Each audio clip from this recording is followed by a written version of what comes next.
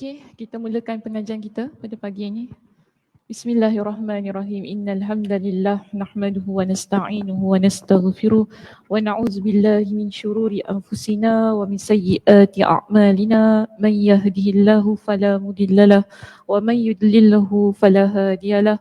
Wa asyhadu an la ilaha illallah wahdahu la syarika lah wa asyhadu anna Muhammadan 'abduhu wa rasuluh. Amma ba'd.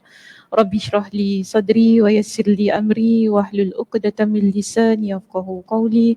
Rabbi zidni ilma warzuqni fahma. Allahumma inna nas'aluka ilman nafi'a wa rizqan tayyiba wa amalan mutaqabbala.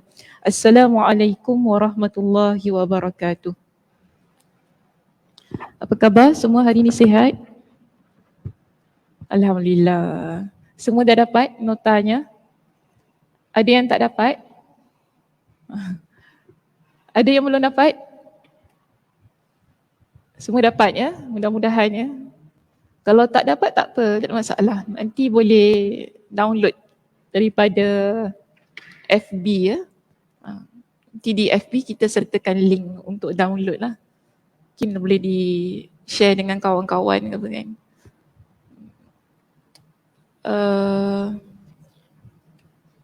Saya nak cakap apa saya lupa. Okey, tak apa. Saya terlupa dah tadi ada benda saya nak cakap. Baik. Pagi ini Alhamdulillah kita bertemu sekali lagi tapi bagi membincangkan sebuah topik yang berbeza jika nak dibandingkan pada sesi-sesi yang lepas. Dan ini kebiasaannya lah yang kita kata bila nak masuk bulan Ramadan, Masjid Darul Ghufran biasanya seminggu sebelum itu kita akan adakan Ihya Ramadan. Minggu lepas pun saya lupa nak cakap tentang hal inilah kerana saya pun baru maklum. Tapi kita dah beritahu menerusi IG, menerusi social media kita. Mudah-mudahan muslimah-muslimahnya dapat maklumat itu dengan cepat juga. Sebab saya agak bimbang kan, mungkin bawa kitabnya, kitab tu berat tapi tak apa kalau dah bawa pun pahalanya besar, mudah-mudahan. Kitabnya berat, kesian cik-cik kan kakak bawa kitab Allah, bawa berat-berat tak ada pakai pula kuliah. Kena marah pula saya ni. Bukan nak bilang dah bawa berat-berat kan. Aduh, hai. Okey, tapi tak apa, Alhamdulillah. Pagi ni kita jumpa untuk bincangkan satu topik yang tidak kurang pentingnya bagi persediaan kita bersama menghadapi bulan Ramadan yang bakal kita raikan tidak lama lagi, dan mudah-mudahan perbincangan pada pagi ini dapat memberikan kepada kita dengan semangat, motivasi diri yang kuat untuk berada dalam bulan Ramadan pada minggu hadapan. Topik kita pada pagi ni ialah seindah Ummahatul Mukminin di bulan Ramadan.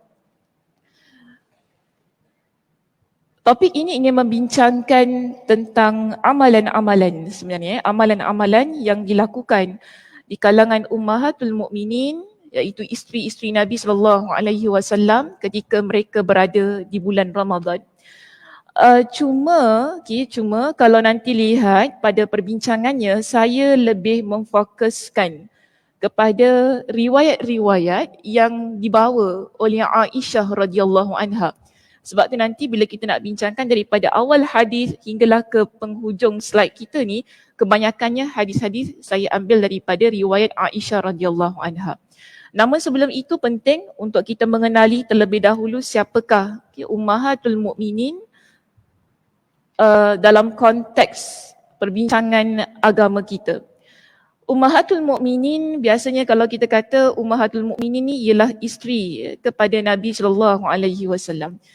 Jadi mana-mana isteri mereka, sama ada mereka wafat sebelum Nabi wafat, yang penting mereka ini bernikah dengan Nabi SAW, kemudian mereka hidup bersama dengan Nabi SAW sepanjang hayat baginda. Itulah yang kita panggil sebagai Ummahatul Mukminin. Jadi di slide saya pun saya dah sertakan nama-nama Ummahatul Mukminin kita. Kita ada berapa orang di situ? 11. Ramai ya? Dah hafal dah namanya? Tak terhafal ya? Kita kalau isteri artis kita tahu siapa? Isteri dia yang pertama siapa tahu? Dah cerai, dah tak lagi dah. Ini isteri nombor 2. Tahu siapa namanya? Kan? Oh dah meninggal lah nombor 2, ni nombor 3. Ingat nama. Tahu. Isteri Nabi tak ingat nama isteri Nabi. Penting ingat nama isteri Nabi ni kerana ini di kalangan wanita-wanita salihah yang menjadi teladan kita sebagai wanita muslimah untuk kita melihat bagaimana lifestyle ummahatul mukminin yang boleh kita contohi, kan, supaya kita ni tidak mengambil orang lain ataupun kita mengutamakan orang lain sebagai role model dalam kehidupan kita. Maka sebaik-baiknya jika sekiranya kita nak melihat wanita yang salihah dari sudut pengamalan, pengibadahan mereka ini kepada Allah Subhanahu Wa Taala, cara hidup mereka ni kan, mereka jalani ni, kita lihat terlebih dahulu bagaimana ummahatul mukminin yang ada, yang tersenarai di sini dalam kehidupan mereka ketika mereka melalui kehidupan mereka. Cuma itulah sebagaimana yang saya sebutkan tadi, kita tidak akan pergi kepada kesemua ummahatul mukminin yang saya senaraikan. Kalau kita nak pergi satu-satu tu boleh buat kos 3 bulan. Kalau buat kos 3 bulan, Masjid Darul Ghufran letak fees. Okay, kena ada bayaran. So untung Masjid Darul Ghufran ni kan kalau buat, insyaAllah ramai muslimah-muslimah ikut ni. So kita tak boleh lah dalam masa yang tersingkat untuk bincangkan keseluruhan wanita-wanita ini di bulan Ramadan. Maka sebab itu kerana yang paling banyaknya yang saya lihat Aisyah radhiyallahu anha yang meriwayatkan hadis-hadis berkaitan bulan Ramadan. Baik, gelaran ummahatul mukminin ini sebenarnya kalau kita lihat pada slide kita yang ketiga di situ, ia adalah gelaran yang diberikan Allah Subhanahu Wa Taala kepada isteri-isteri Nabi sallallahu alaihi wasallam. Jadi Allah Subhanahu Wa Taala berfirman dalam surah Al-Ahzab pada ayat yang ke-6 di situ, An-nabiyyu aula bil mu'minina min anfusihim wa azwajuhu ummahatuhum. Di akhir pada ayat yang saya quote, yang saya letakkan di slide saya ini, Allah Subhanahu Wa Taala sebutkan wa azwajuhu ummahatuhum. Maksud daripada ayat ini, Nabi itu hendaknya lebih utama bagi orang-orang mukmin dari diri mereka. Maknanya kita perlu melebihkan Nabi sallallahu alaihi wasallam dalam kehidupan kita. Sebab itu ada hadis yang menyebutkan kita sebagai seorang yang beriman perlu mencintai Nabi sallallahu alaihi wasallam. Ini maksudnya. Kita mencintai Nabi sallallahu alaihi wasallam bermakna kita mengutamakan Nabi sallallahu alaihi wasallam dalam kehidupan kita. Begitu juga Allah Subhanahu Wa Taala menyebutkan di sini wa azwajuhu ummahatuhum, dan isteri-isteri adalah ibu-ibu mereka. Ibu-ibu mereka ni bermakna ibu-ibu kepada orang yang beriman kepada Allah Subhanahu Wa Taala. Maka sebab itu daripada sini kita gelarkan mereka sebagai ummahatul mukminin. Imam Al-Qurtubi dalam kitab tafsirnya ketika beliau mentafsirkan ayat ini, beliau menyebutkan bahawa maksud daripada firman Allah Subhanahu Wa Taala tersebut ialah Allah ingin menekankan tentang kemuliaan isteri-isteri Nabi sallallahu alaihi wasallam. Untuk memperlihatkan kepada kita status kedudukan yang ada pada seorang wanita ataupun wanita-wanita yang hidup bersama dengan Nabi sallallahu alaihi wasallam. Namun bila kita merujuk pada pentafsiran yang diberikan oleh Imam Ibn Kathir rahimahullah dalam kitab tafsirnya, beliau menyebutkan bahawa ini adalah bentuk keharaman. Maksudnya bila Allah kata isteri-isteri Nabi ini adalah ibu kepada orang yang beriman, tidak boleh dinikahi wanita-wanita ini. Lelaki di kalangan lelaki-lelaki yang beriman tidak boleh menikahi isteri-isteri Nabi sallallahu alaihi wasallam setelah kewafatan Nabi sallallahu alaihi wasallam. Jadi Imam Ibn Katsir rahimahullah dia kata kenapa kita sebut sebagai ibu? Kerana keharaman untuk menikahi isteri-isteri Nabi sallallahu alaihi wasallam setelah kematian Nabi sallallahu alaihi wasallam. Dan juga sebagaimana dengan pendapat yang diberikan oleh Imam Al-Qurtubi itu tadi, bagi menunjukkan tentang kedudukan kemuliaan yang ada pada isteri-isteri Nabi sallallahu alaihi wasallam. Sebab itu kita gelarkan mereka ini semuanya sebagai ummahatul mukminin, iaitu ibu kepada orang-orang yang beriman kepada Allah Subhanahu Wa Taala. Okay, jadi jelas kita lihat di situ sebab mungkin ada di kalangan kita yang tidak jelas kenapa digelar sebagai Ummahatul Mukminin, kenapa mereka, siapa yang kita sebut sebagai Ummahatul Mukminin, kan? Jadi di sini saya jelaskan terlebih dahulu supaya perbincangannya nanti dapat diikuti dengan lebih fokus dan lebih menghayati. Baik, tapi sebagaimana yang saya sebutkan juga, kita akan terus pergi kepada isteri Nabi Ummahatul Mukminin iaitu Aisyah radhiyallahu anha. Jadi dalam hadis ini semua hampir keseluruhannya yang ada dalam slide saya adalah Aisyah radhiyallahu anha. Okay, saya dah jelaskan, nanti jangan tanya kenapa Khadijah tak ada, kan? Khadijah dia belum sempat lah. Khadijah radhiyallahu anha meninggal dunia sebelum pensyariatan puasa tu.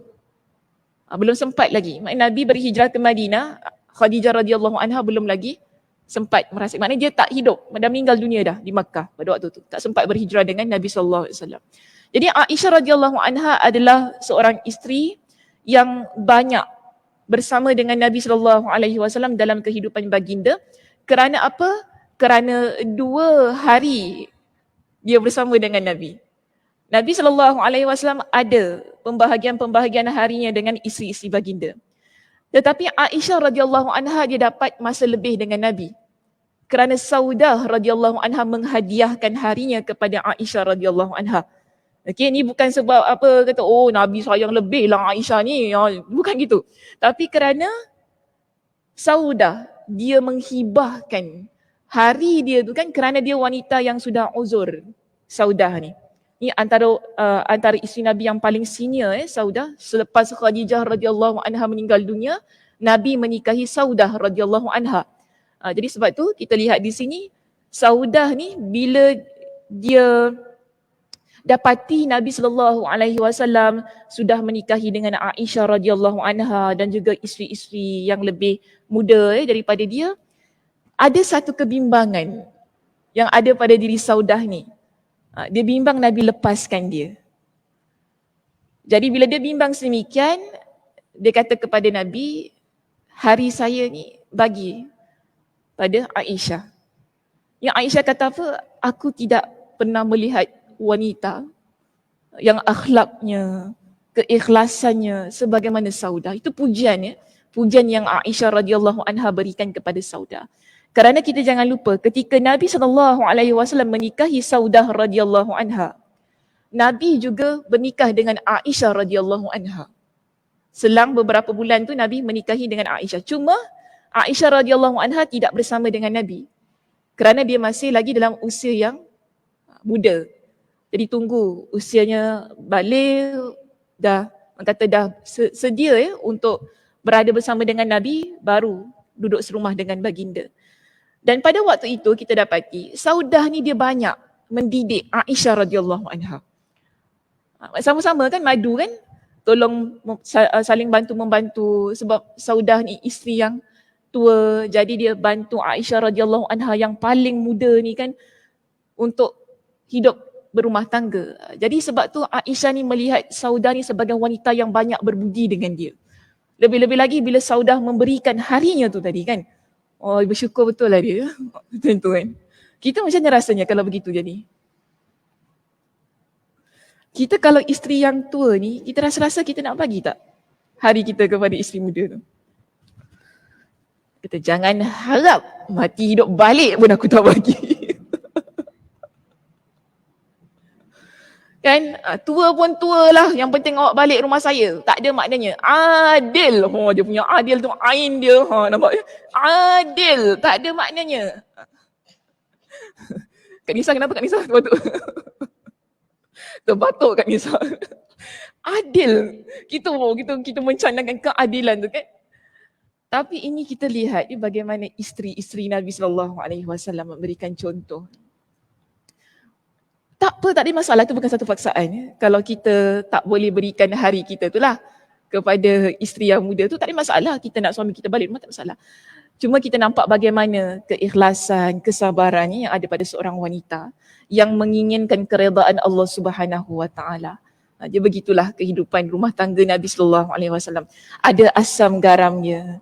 Ya, ada merajuknya, ada bergaduhnya. Kita tak kata rumah tangga Nabi ni manis je, kita kata gitu. Rumah tangga Nabi macam rumah tangga kita jugalah.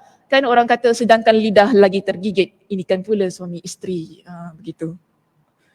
Dia mesti ada terplay outnya dalam rumah tangga ni. Begitu juga dalam rumah tangga Nabi SAW, tak dapat dielakkan. Ada isteri yang sampai merajuk pecah pinggannya, oh itu biasa. Ya, itu biasa. Marah kan sebab dia jealous sampai hentam pinggan tu pecah. Nabi SAW relax je.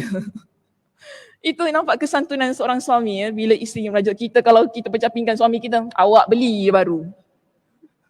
Tak ada maknanya nak minta saya pinggan baru ya. Awak pecahkan, siapa suruh pecahkan? Pergi pakai duit awak sendiri. Itu suami kita. Itu suami kita. Tapi Nabi SAW senyum. Dan pada waktu itu, kalau saya nak cerita balik tentang pecah pinggan ni kan, menarik cerita dia. Tentang pecah pinggan ni, ia berlaku di hadapan sahabat Nabi yang lain tau. Di hadapan sahabat Nabi SAW yang lain. Mereka ni tengok isteri Nabi ni pecah pinggan tu kan. Nabi senyum, Nabi kata apa? Ibu kalian merajuk. Cemburu. Ibu kalian cemburu, merajuk. Nabi tak ada pun nak kata, awak ni buat malu jatuh air muka saya depan kawan-kawan saya. Tak ada itu. Itu kalau kita lah kan. Malu saya depan-depan kawan saya, nak pecah-pecah pinggan lah bagai kan. Tunggulah orang balik baru pecah pinggan. Kita cakap gitu dengan isteri kita kan. Tapi Nabi tak ada. Nabi senyum depan para sahabat ni. Nabi kata, ibu kalian. Itu ibulah. Nabi nampak Nabi gunakan perkataan ibu. Ibu kalian cemburu. Ghar umukum. Ibu kalian ni cemburu. Masya Allah tabarakallah, ini kesantunan seorang suami pada isteri dia kerana memahami keadaan-keadaan wanita yang ada kalanya emosi tak dapat dikawal walaupun di kalangan ummahatul mukminin. Ibu di kalangan orang yang beriman, yang kita kata wanita-wanita ahli syurga ni ada perkara-perkara yang tak dapat dielakkan. Baik, kalau kita nak cerita tentang bulan Ramadan di sini, pertama sekali kalau kita lihat pada slide situ kan, saya sebutkan tentang bersiwak, memberus gigi. Kerana biasa orang tanya, kita kalau puasa ni Ustazah boleh tak kita berus gigi? Boleh asalkan tak telan berus gigi tu. Ya, boleh saja. Asalkan tak telan berus gigi tu. Kalau telan memang tak boleh. Ataupun sekarang kan orang kata ubat gigi ni macam-macam flavor. Ada orange, ada mint. Kita berus gigi kita ambil yang watermelon contohlah Sedapnya lah watermelon ni. Berus gigi rasa lapar lah budak ya. Telan kita ubat gigi tu. Ini yang buat ia batal. Tapi kalau setakat kita ni berus gigi tu kan, biasa kita bangun pagi berus gigi untuk membersihkan gigi kita, mulut kita. Itu adalah perkara yang sunnah dilakukan oleh Nabi SAW dan juga Aisyah radhiyallahu anha. Kita lihat dalam hadis ini, ada seorang wanita. Dia ni jumpa Aisyah yang disebutkan animra'atin minhum yuqalu laha Kubaisyah. Yang wanita ini dipanggil dengan namanya Kubaisyah. Patutlah tak dengar sangat mic ni. Wanita ini dipanggil dengan Kubaisyah, nama dia. Dia kata, jitu ila Aisyata. Saya ni jumpa dengan Aisyah radhiyallahu anha. Fasa'altu 'anis siwaki lis-sha'im. Saya tanya kepada Aisyah tentang orang yang berpuasa yang mana dia ini bersiwak. Dalam bahasa kita panggil dia berus gigi. Aisyah kata apa? Qalat, haza siwaki. Aisyah tunjukkan kepada wanita yang dipanggil sebagai Kubaisyah ni, nama dia kan. Aisyah kata, tengok ni aku pegang siwak ni. Fi yadi, di tangan aku. Wa ana sa'imah. Dan aku dalam keadaan berpuasa. Sebab wanita ni tanya, kalau kita sedang puasa kan, boleh tak kita berus gigi? Kita bersiwak. Aisyah kata, tengok ni. Saya pegang siwak, kayu siwak ni. Dan saya seorang wanita yang berpuasa. Maknanya dia nak kata kepada wanita yang dipanggil sebagai Kubaisyah ini, aku puasa, aku bersiwak. Ya, kalau saya letak di nota bawah itu kan, saya letak asar. Ini asar, ini dia bukan hadis. Asar ni, kenapa kita sebut asar? Sebab ia riwayat di kalangan sahabat. Di kalangan isteri Nabi SAW. Yang mana bukan Nabi yang sebutkan. Dan kita lihat, asar ini mempunyai penguat. Maknanya ada hadis daripada riwayat Abu Daud dan juga Imam At-Tirmidzi daripada Amir ibn Rabi'ah yang mana beliau mengatakan, saya sering melihat Nabi SAW bersiwak dalam keadaan berpuasa. Tetapi kedua-dua riwayat ini, kenapa saya tak datangkan riwayat itu? Riwayat Imam Abu Daud dan juga Imam At-Tirmizi. Okay, disebutkan bahawa status hadis itu adalah lemah, daif. Tetapi walaupun status hadis itu dia lemah, kita masih lagi boleh beramal dengan ia kerana di kalangan para ulama melihat bahawa bersiwak ketika dalam keadaan puasa tidak membatalkannya. Lebih-lebih lagi bila kita ada athar ini yang mana Aisyah radhiyallahu anha dia lakukan. Kerana kita yakin begini ya, sepanjang hidup dia bersama dengan Nabi, pastilah dia walaupun dia berpuasa dia gosok gigi. Nabi melihat keadaan itu dan Nabi tidak melarang. Kalau Nabi larang, pasti Aisyah akan beritahu kepada wanita Qubaisyah ini. Kan dulu dia akan ceritakan. Dulu masa aku bersama dengan Nabi, aku hidup bersama dengan Nabi, ketika aku berus gigi Nabi larang. Tapi Aisyah tak kata sedemikian. Aisyah kata, siwak ini berada di tangan aku dan aku adalah wanita yang sedang berpuasa. Bermakna semasa hayat baginda dia lakukan sedemikian, tidak ada teguran daripada Nabi. Jadi ia dibolehkan. Dan di kalangan para ulama kita, di kalangan ulama fiqh kita membincangkan berkenaan dengan adakah bersiwak itu membatalkan puasa? Sepakat. Di kalangan majoriti ulama kita menyebutkan bahawa berus gigi ni dia tidak membatalkan puasa. Melainkan saya kata tadi, kalau kita telan berus gigi tu. Kau lapar sangat kan, berus gigi ni sedap lah kau makan kan nak telan ni, tak tahulah. Jangan nyaya, jadi tiba-tiba pergi A&E pula. Tak pasal-pasal suami kita lah pula awak ni. Tahulah lapar tapi janganlah sampai makan berus gigi. Ya Allah Som. Kan. Suami kata, ailah Som, berus gigi awak telan Som. Tak sabar. Macam lama sangat lah nak berbuka puasa ni ya. Pukul 6 nanti sabar. Sikit lagi kita ni. So di sini kita lihat amalan di kalangan ummahatul mukminin kita iaitu Aisyah radhiyallahu anha, dia berus gigi. Jadi kita di kalangan muslimah-muslimah ini boleh saja berus gigi. Jangan kita menjadikan ia satu isu lah ya. Mudah-mudahan jelas tentang yang pertama. Baik, seterusnya kita lihat yang kedua. Hadis yang kedua ialah berkenaan dengan bermesra. Bermesra ni maksudnya bergurau senda lah ya. Bukan bermesra maksud yang lagi satu tu. Saya pun satu juga pergi letak bermesra. Tadi semalam saya baca slide ni. Cakap bermesra nanti orang ingatkan lain pula. Kemesraan yang membawa kepada kemesraan yang membawa kepada sesuatu hal yang tak dapat dielakkan itu masalah pula. Tapi kalau kita lihat di dalam riwayat ini Aisyah, dia ada menegur. Maknanya dia memberikan satu teguran kepada seorang sahabat Nabi. Kan ini di kalangan ahli keluarga dia jugalah ya. Iaitu dalam riwayat ini menceritakan kepada kita anak Aisyah binti Talha, minta betulkan dalam slide itu. Saya salah anak Aisyah radhiyallahu anha tu memang betul lah. Tapi dia sebenarnya daripada Aisyah binti Talha, dia begitu cara kita nak baca tu. Saya bimbang nanti ingatkan Aisyah radhiyallahu anha tu pun saya dah tergelapkan warnanya di situ. Bimbang ingatkan itu Aisyah isteri Nabi, tapi bukan. Di sini ialah yang nak dimaksudkan ialah daripada Aisyah radhiyallahu anha daripada Aisyah binti Talha annaha kanat inda Aisyah. Jadi dia ini berada di sisi Aisyah radhiyallahu anha. Itu baru betul. Saya baca sekali lagi daripada Aisyah binti Talha, dia begitu bunyi dia. Daripada Aisyah binti Talha, dia berada di sisi Aisyah isteri Nabi sallallahu alaihi wasallam. Maka masuk suaminya. Jadi Aisyah binti Talha ini suami dia masuk rumah ni kan, iaitu suaminya bernama Abdullah bin Abdurrahman bin Abu Bakar. Ni nak kata anak saudara kepada Aisyah radhiyallahu anha. Kalau lihat nama tu nampak. Maknanya anak kepada Abdurrahman. Abdurrahman ni adik ataupun abang adik kepada Aisyah radhiyallahu anha. Ada seorang anak bernama Abdullah. Jadi Abdullah ni anak saudara kepada Aisyah radhiyallahu anha. Dia dalam keadaan berpuasa. Jadi Abdullah ini dia dalam keadaan berpuasa. Aisyah pelik bila dia masuk rumah tu kan dia buat bodoh je dengan isteri dia. Gitu keadaan dia. Dia buat bodoh, dia tak kisah pada isteri dia, tak dekat pada isteri dia. Jadi Aisyah tanya, yang mana kebetulan Aisyah ni ada pada dalam rumah dia ni kan. Aisyah tanya kepada dia, apa yang menghalang kamu untuk mendekati isterimu? Ciumlah dia dan bergurau dengan dia. Ni Aisyah cakaplah dekat dia kan. Balik rumah buat bodoh je bini tu kat situ. Macam tu kan Aisyah tegur lah ni kan. Dekatlah dengan isteri tu, peluk dia, cium tu kan. Tapi Abdullah tanya kepada Aisyah, bolehkah aku cium dia? Aku ni tengah puasa. Ni Aisyah, dia tanya dengan Aisyah.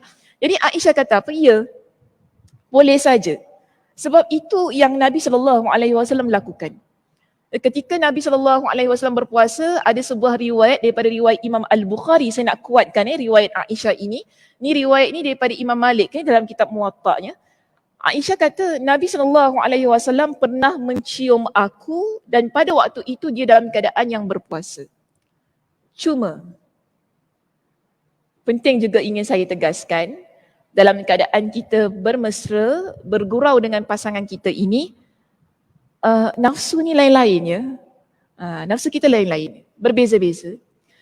Jika orang itu dia rasa currentnya kuat sangat,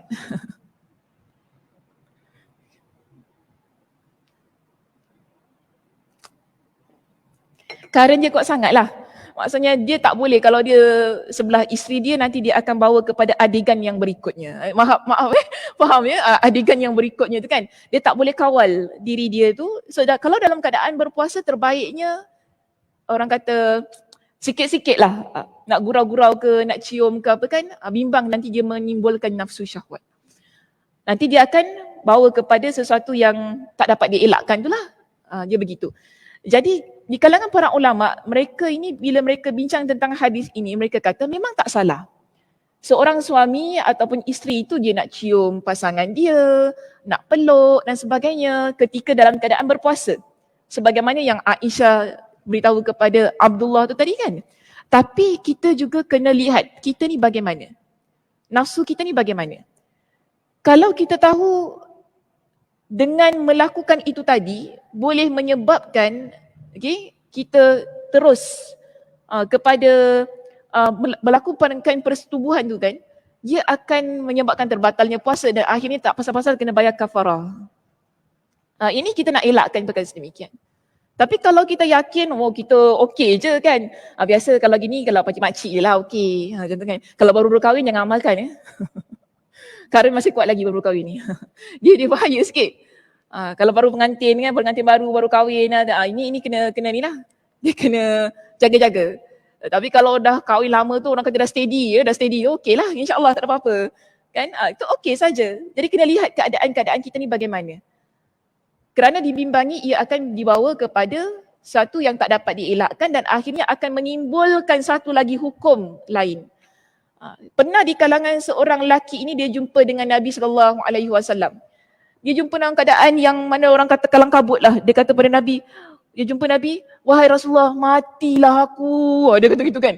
Nabi kata, apa pula mati? Dia kata kan. Apa yang buat mati ni? Dia kata, ya wahai Rasulullah, matilah aku. Kenapa? Nabi kata, kenapa ke dia? Aku telah bersama dengan isteri aku, ni di siang Ramadan di siang Ramadan ni, dalam keadaan, ialah di siang Ramadan ni aku puasa tapi aku bersama dengan isteri aku. Nabi kata kepada dia, adakah engkau memiliki hamba untuk dibebaskan? Ini kita panggil sebagai kafarah.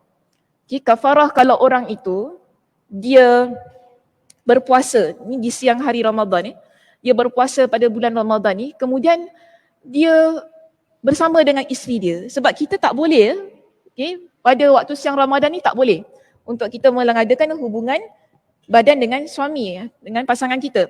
Jadi kafarah dia bila berlaku hal yang sedemikian. Pertama of course lah kena bertaubat kepada Allah Subhanahu Wa Taala, menyesal dengan apa yang kita lakukan sebab ia dosa. Jadi Nabi tanya kepada lelaki ini, adakah engkau memiliki hamba untuk dibebaskan? Dia kata tak, aku tak ada hamba untuk aku bebaskan. Okey. Maknanya pertama kita faham, bebaskan seorang hamba.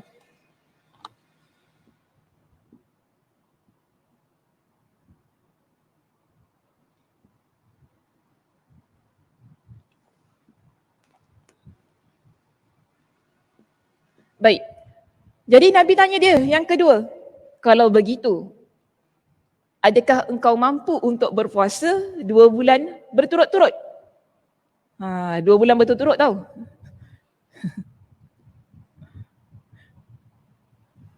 Boleh tak ni? Lelaki ni kata apa?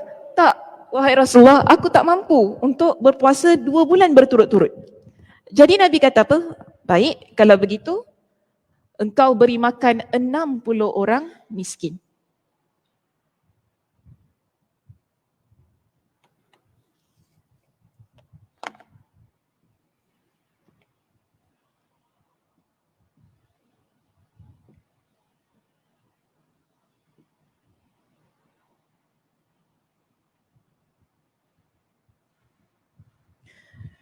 Lelaki ini kata kepada Nabi, wahai Rasulullah, aku tak boleh nak bagi makan 60 orang miskin tu. Dia tak ada duit nak bagi. Kan? Jadi Nabi pun macam manalah dek ni ya. Semua dah tak boleh. Dah tu siang-siang dia buat pula. Macam gitu kan situasi kan. Dah tahu tak boleh, accident pula siang-siang hari Ramadan ni ya. Nabi pun buat apa? Nabi ambil korma. Satu bakul korma ni, Nabi masuk rumah, Nabi ambil satu bakul korma ni, Nabi pun keluar rumah, Nabi tanya, siapa tadi yang tanya tu soalan tu? Dia kata, saya wahai Rasulullah. Lelaki datang pada Nabi, Nabi kata apa? Kau ambil korma ini, pergi beri makan orang miskin. Dia kata kepada Nabi, wahai Rasulullah, tidak ada di tempat aku orang yang paling miskin daripada keluarga aku. Lah pula. Tak ada kat tempat saya.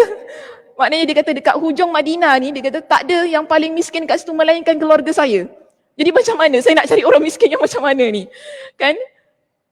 Dalam riwayat ini menceritakan bahawa Nabi ketawa. Nabi ketawakan lelaki ini. Hingga sampai nampak gigi Nabi tu kan. Dia kata luculah orang ni. Dah tahu tak boleh, tak ada hamba, tak boleh bebaskan. Okay, dah tahu dia tu tak boleh berpuasa 2 bulan berturut-turut. Dah tahu dah tak mampu dah nak bagi makan 60 orang miskin ni. Accident pula tengah-tengah Ramadan ni, tengah hari Ramadan ni kan. Nabi gelakkan dia lah, lucu Nabi katakan dia ni kan. Tapi Nabi kata apa kepada dia? Tak apalah, balik bagi makan keluarga sendiri. Bagi makan keluarga kau sendiri. Orang tu balik bagi makan keluarga dia. Dah settle. Kita lihat daripada dalil ini, kalau berlaku sedemikian, maknanya tak salah jika sekiranya ada orang yang membayarkan, maknanya ada orang yang tolong kita untuk kafarah ini. Okey, tak salah kerana Nabi SAW bantu lelaki itu tadi. Dia tak berkemampuan tadi kan untuk beri makan 60 orang miskin. Jadi Nabi beri bantu. So kalau kita lihat ada di kalangan orang yang alamak tak mampulah, tak ada duit lah nak bagi makan 60 orang miskin, kita boleh ke hadapan untuk memberikan wang itu, lalu orang itu pun bebas daripada kafarah dia. Tapi ini hanya berlaku untuk suaminya sahaja. Kita orang perempuan qada puasa saja. Okey, orang perempuan tak payah. Kita maknanya janganlah double pula nanti ya. Okey, double lah. Kalau gitu suami isteri kena buat, suami isteri kena bebaskan hamba kalau ada lah. Okey, selalunya yang pertama ni kita dah tak ada lagi lah. Lepas tu nak puasa 2 bulan turut-turut, isterinya turut berpuasa 2 bulan berturut-turut pula. Tak, ini hanya berlaku kepada pihak lelaki, pihak suami sahaja. Jadi yang wanita kita cuma qada puasa. Oh kita na'udzubillah lah, kita tak payah. Okay, kita cuma qada puasa saja. Kalau orang perempuan lah yang ada kes yang begini. Jadi yang perlu melakukan hal ini adalah lelaki, iaitu di pihak suami. Baik, seterusnya kita lihat slide kita yang berikutnya. Okay, settle ya. Ada apa soalan untuk ni? Ada soalan? Ya. Ya, 1 hari untuk hari itu saja. Senang hati dengar ya Allah. Alhamdulillah kita. Kita yang cakap, bang kalau jadi awak tau bukan saya. Saya biasa je kau nak puasa ni. Awak tau, awak yang masalah. Jangan bang. Jangan nak banyak rewel kat sini bang. Okey? Ingatkan suami kita ya. Baik, seterusnya kita lihat di sini. Menyegerakan berbuka puasa. Ini adalah satu amalan yang biasa kita dengar. Kita ni bila puasa, kita jangan mentang-mentang kita ni rasa kita ni kuat sangat, kan? Dah masuk waktu buka puasa pun kita tak nak berbuka. Tak apalah nanti sembahyang dulu, macam tu kan? Tak boleh. Bila masuk waktu berbuka puasa, terus, dah azan tu terus kita batalkan puasa kita, batal. Tepat, punya sound effect. Kita terus makan ya. Di sini ada satu riwayat daripada Abi Atiyah. Dia kata, dakhaltu ana wa masrukun ala Aisyah radhiyallahu anha. Aku dan Masruq, maknanya mereka berdua ini jumpa dengan Aisyah radhiyallahu anha. Jadi Masruq ini dia tanya kepada Aisyah. Dia kata apa? Rajulani min ashabi Muhammadin sallallahu alaihi wasallam. Kilahuma la ya'lu 'anil khairi ahaduhuma yu'ajjilul maghriba wal iftar wal akharu yu'akhirul maghriba wal iftar. Jadi mereka ni jumpa dengan jumpa dengan Aisyah radhiyallahu anha, iaitu Ibn Atiyah, Abi Atiyah dan juga Masruq. Masruq ni tanya dengan Aisyah. Dia kata ada dua dari kalangan sahabat Nabi radhiyallahu anhum yang mana dia saksikan. Kedua-dua mereka ini disebut sebagai dua orang sahabat yang begitu bersungguh-sungguh melaksanakan ibadah untuk mendapatkan kebaikan. Jadi dia bagi dengan dua situasi di sini. Salah seorang di kalangan sahabat Nabi itu, dia kata dia ini adalah orang yang mana menyegerakan solat maghrib. Kalau masuk waktu maghrib, dia solat, dan juga dia adalah orang yang menyegerakan berbuka puasa. Seorang lagi beza pula. Yang seorang ini, dia kata dia mengakhirkan solat maghrib. Maknanya kalau solat kita pukul 7 tu kan, kalau azan pukul 7, dia biasa macam nak dekat-dekat Isya, kita je solat. Keadaan sedemikian. Dan juga dia adalah orang yang melambatkan iftar. Aisyah tanya kepada Masruq ini, dia kata, "Man yu'ajjilul maghriba wal iftar?" Siapa yang mempercepatkan solat maghrib dan menyegerakan iftarnya? Jadi dia kata Abdullah. Dia beritahu Abdullah. Dan Aisyah kata apa? Hakadha kana Rasulullah sallallahu alaihi wasallam yasna'u. Begitulah Nabi sallallahu alaihi wasallam lakukan. Kita jangan letakkan hal ini pada bulan Ramadan lah kan. Sebab dua-dua ni berlaku pada masa yang sama ya. Maksudnya di sini ialah kalau bukan pada bulan Ramadan, dia adalah orang yang menyegerakan solat maghribnya. Tapi kalau kita dalam bulan Ramadan ataupun kita dalam keadaan berpuasa, kita perlu menyegerakan berbuka puasa itu tadi, maknanya jangan solat dulu. Okey, kita segerakan buka puasa kita, barulah kita solat. Dia begitu keadaan dia. Jadi dalam hal ini yang penting kita nak sebutkan ialah dalil yang menunjukkan betapa pentingnya seseorang itu dia menyegerakan berbuka puasa. Sebab apa? Kalau kita rujuk dalam hadis yang lain, Nabi SAW ada menyebutkan la yazalun nasu bi khairin ma ajjalul fitr. Seseorang itu dilihat sebagai dalam keadaan yang baik selama mana dia itu menyegerakan berbuka puasa. Jadi amalan menyegerakan berbuka puasa itu adalah amalan yang mulia, amalan yang baik, di samping ialah untuk tujuan kesihatan kita juga. Kan? Sebab kita jangan lama sangatlah kita dah tak makan tu kan, daripada masuk waktu subuh tu sampailah waktu maghrib tu lama juga tu. Bimbang ada orang yang memiliki masalah kesihatan, dia tak mampu, dia tak kuat, maka di situ kita berbukalah walaupun kita kata dengan sebiji tamar. Kerana itu juga sunnah Nabi SAW. Okay, disebutkan bahawa Nabi SAW bila Nabi berbuka, Nabi buka Nabi itu, maknanya Nabi mulakan buka tersebut dengan rutabat, dengan beberapa kurma basah. Tapi kalau Nabi tak ada kurma basah tu kan, Nabi akan pilih tamar. Tamar ni kurma yang jenisnya agak sedikit kering. Dan kalau tak ada rutab, tak ada tamar tu tadi, Nabi akan meneguk beberapa tegukan air yang sejuk. Jadi ini cara Nabi SAW berbuka puasa. Kita buka puasa macam mana? Oh Ustazah, kalau tak ada nasi mandi kat depan, bukan Ramadan namanya. Kalau meja tak penuh tu, tak adalah tu bukan Ramadan. Ini nak satu Ramadan mesti dekat pemikiran dah rancangan. Nanti first day puasa, aku nak masak. Nak masak apa tu? Mi siam. Mi goreng. Semua segala macam mi. Kan? Satu hari 3 jenis mi nak masak. Oh Masya Allah. Semangat ya? Semangat. Tak salah, boleh je. Orang kata sekali-sekali. Cik Ana sekali-sekali Cik Ana. Cik Ana mesti ada acar Cik Ana. Acar Ana. Cik Ana ni tahu acar tau. Boleh order acar dengan dia. Acar Ana, okay? Kita mesti nak ada acar. Tak apalah, Cik Ana dah memang biasa buat acar tu, tak kisah Cik Ana. Tiba-tiba Cik Ana, oh Ramadan aku nak buat acar aku satu tempayan lah. Cukup untuk sebulan puasa. Sanak saudara, tak apa Cik Ana, kalau buat banyak-banyak sedekah kat orang Cik Ana. Pahala tu. Kan? Itu bagusnya. Kita bagi makan orang yang berbuka puasa kan. Kalau kita ni, wanita muslimah ni, kita masukkan sekali perbincangan itu dalam hadis ini. Saya masukkan dengan perbincangan-perbincangan yang lain supaya jelas lagi perbincangannya. Kita ni kalau wanita, kita selalu duk risau kan. Kita kalau dalam keadaan yang haid kan, kita ni tak puasa Ustazah macam mana kita ni sedih kita.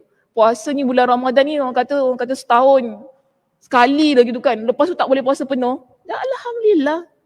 Syukurlah kan tak boleh puasa penuh. Tapi Nabi SAW ada ingatkan kepada kita. Kalau kita ni beri makan orang yang berpuasa, pahala kita sama dengan orang yang berpuasa tu tadi tanpa mengurangkan puasa orang tersebut. So kalau kita tidak dalam keadaan yang berpuasa, kita dalam keadaan haid tu kan, antara perkara yang boleh kita kejarkan ialah beri makan orang yang berpuasa. Kan begitu. Dah hari-hari dah Ustazah bagi makan orang puasa. Masak untuk suami. Alhamdulillah. Alhamdulillah. Itu pahala tu. Okay, kalau kita ada kemampuan untuk masak, Alhamdulillah itu pahala. Ambil ia sebagai satu peluang untuk merebut pahala. Ni baru betul sunnah masuk dapur. Minggu lepas macam sunnah masuk dapur kan. Ni baru betul sunnah masuk dapur. Masuk dapur untuk beri makan orang yang berpuasa. Alhamdulillah. Kita pun dapat pahala. Kita kejarkan sedemikian. Untuk beri makan orang yang berpuasa. Kalau kita tak dapat berpuasa, begitu keadaannya. So dalam hal yang gini, kita balik pada hadis ini.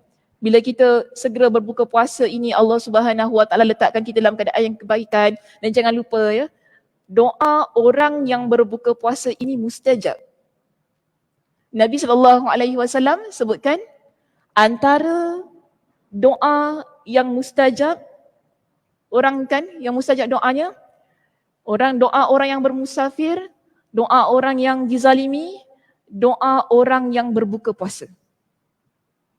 Jadi kita rebut peluang dalam keadaan kita ni berbuka puasa tu banyak istighfar kepada Allah kan. Perbanyakkan kita ni memuji Allah Subhanahu Wa Taala, banyak berdoa kepada Allah Subhanahu Wa Taala. Macam mana Ustazah tengah makan takkan nak berdoa.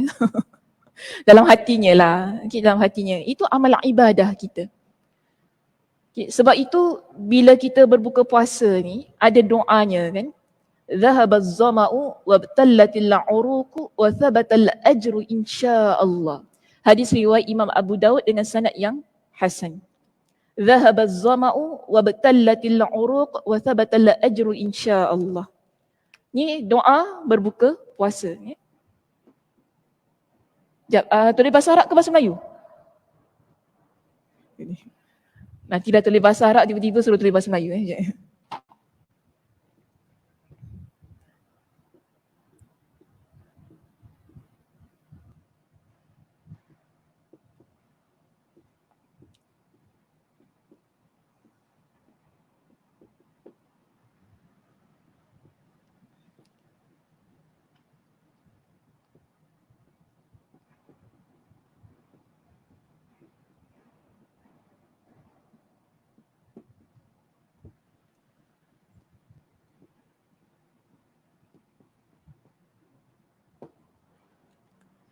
Okey, zahaba az-zama'u wa batallatil 'uruq wa thabata al-ajru insya-Allah. Ini doa yang dibaca, yang Nabi SAW baca ketika berbuka puasa.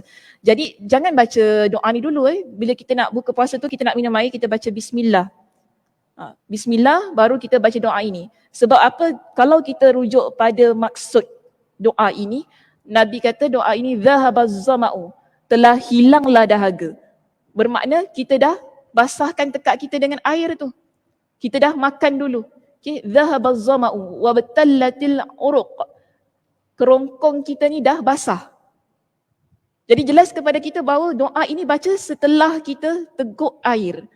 Yang kita mulakan tu tadi kan. Kemudian wa thabatal ajru, maka telah tetaplah pahala insya-Allah. Doanya cantik. Okey. Jadi bismillah, nak minum air tadi kan bismillah, kemudian lepas air tu turun, kita dah makan kurma ke apa, baca doa ini. Jadi itu cara bagaimana kita ni berbuka puasa dalam keadaan ingin menyegerakan buka puasa tu tadi. Okay, doanya pendek saja. Biasa juga kadang-kadang orang baca Allahumma lakasumtu kan. Okay. Tak apalah kalau ada orang yang nak baca doa itu, cuma saya nak kata doa ini lebih sahih daripada sudut periwayatannya. Ya. Maknanya kita tak apalah ada kepelbagaian daripada amalan tu kan. Kalau dulu kita dah biasa baca Allahumma lakasumtu, tak apalah kita ubah sikit. Doa kita tahun ini, azam puasa Ramadan tahun ni, baca doa baru. Bukan doa baru ya, doa lama. Cuma mungkin kita baru belajar, kita baru hafal. Kerana riwayat ini lebih kuat kalau dibandingkan dengan riwayat Allahumma lakasumtu. Okey baik, seterusnya melambatkan sahur. Tadi kita dah mempercepatkan berbuka puasa. Sekarang kita nak melambatkan sahur kita. Selalu sahur pukul berapa ni muslimah semua? Okey, bangun pukul berapa kalau sahur? Kak Nisa bangun pukul berapa Kak Nisa? Sahur. Pukul apa? 4 lebih. Nak masak dulu ya? Ada bangun. sorry. Macam mana Kak Nisa? Nak masak siapkan ringan-ringan je. Ada orang dia masak lepas tarawih kan. Esok pagi tinggal, itu saya lah. Esok pagi tinggal panaskan je. Kalau saya rajin nak masak lah saya ni seorang ni malas nak masak. Makan roti je sasa ni kalau sahur.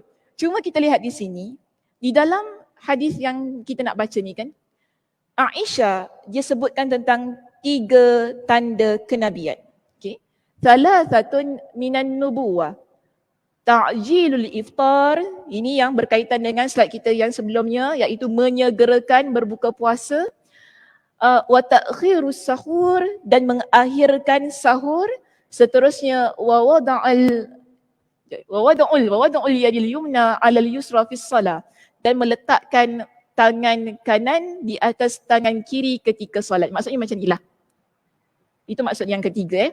Jadi ini tanda kenabian yang Aisyah radhiyallahu anha sebutkan. Dia kata pertama ialah kita segerakan berbuka puasa. Itu di kalangan para nabi biasa buat sedemikian. Nabi SAW juga mencontohkan kepada kita begitu. Seterusnya ialah melambatkan sahur. Sahur ni adalah waktu yang berkat. Okay, dalam sebuah hadis Nabi SAW yang lain, Nabi katakan bahawa kalian bersahurlah kerana pada sahur itu ada keberkatannya. Kita rebut peluang untuk mendapatkan keberkatan daripada Allah Subhanahu Wa Taala. Ada orang dia tak nak bangun sahur tau. Leceh bangun sahur kan. Tak nak lah, kita makanlah sebelum tidur kita makan. Nanti subuh dah sudah tak payah bangun sahur. Tak boleh begitu. Kerana sahur inilah yang membezakan antara puasa kita dengan puasa agama lain.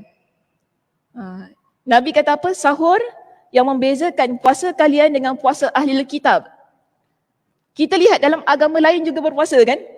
Tapi dia tak sama dengan agama kita. Kita ada sahur. Itu kita makan pada waktu sahur itu. Makan sikit pun tak apa. Minum air pun tak apa. Dan kebiasaannya ada riwayat yang menunjukkan bahawa Nabi sahur dengan korma. Korma lagi, dengan korma lagi, buka dengan korma, kan? Tutup dengan korma, semua korma lah. Mungkin itu makanan asasi yang ada pada zaman Nabi SAW. Boleh saja sebab korma ni manis kan, dia memberikan energi lah kepada kita. Tapi ada orang tak boleh, saya mesti makan nasi, kalau tak tahan. Kau lepas subuh nak makan, nak tahan sampai, orang kata sampai nak masuk maghrib. Gigil perut kita awak. Kan? Gigil perut kita, tak tahan, kita tak boleh. Nanti kan jalan-jalan nak pergi kuliah Sakinah, bau donat nanti. Terbuka puasa kita kat situ. Ada orang ke tak boleh. Kerana apa? Dia tak tahan. Jadi ikut kepada kesenangan masing-masing lah. Kemampuan masing-masing. Yang kita boleh, ada orang dia minum susu je okey je. Kan? Macam saya tak kisah. Saya minum air 1-2 teguk pun tak kisah. Okey je saya. Sebab tu saya tak kurus. Sekeping aja kan. Kawan saya Ustaz Afi, saya kata sekeping je.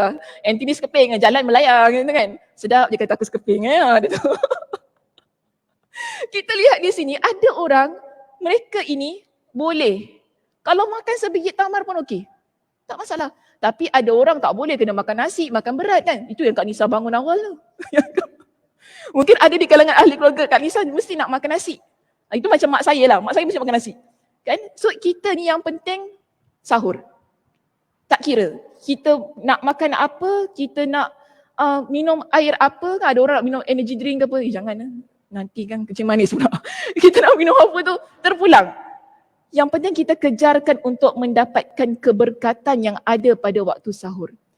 Tadi saya sebutkan, bila kita masuk waktu berbuka puasa, ianya adalah waktu yang mustajab. Allah kabulkan doa orang yang berbuka puasa. Begitu juga pada waktu sahur. Di waktu sahur ini Allah Subhanahu Wa Taala sebutkan dalam Al-Quran, wa bil ashari mustaghfirin.